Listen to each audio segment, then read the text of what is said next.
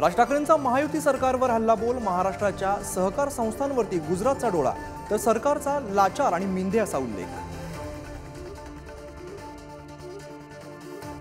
राष्ट्रवादीच्या आमदार पात्रतेसंदर्भात आजपासून विधानसभा अध्यक्षांसमोर सुनावणी, पुढचे 12 दिवस चालणार राष्ट्रवादीचा कायदेशीर लढा, 27 जानेवारीला सुनावणी संपणार।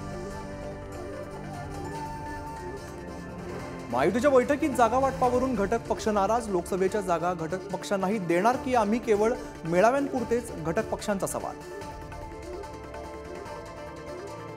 नवनीत राणा येत्या 6 महिन्यांमध्ये तुरुंगात जातील, वंचितचे अध्यक्ष प्रकाश आंबेडकरांचं मोठं विधान।